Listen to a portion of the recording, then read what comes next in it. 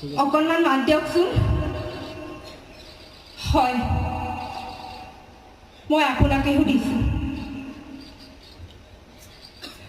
অকণমান মাত দিয়কচোন।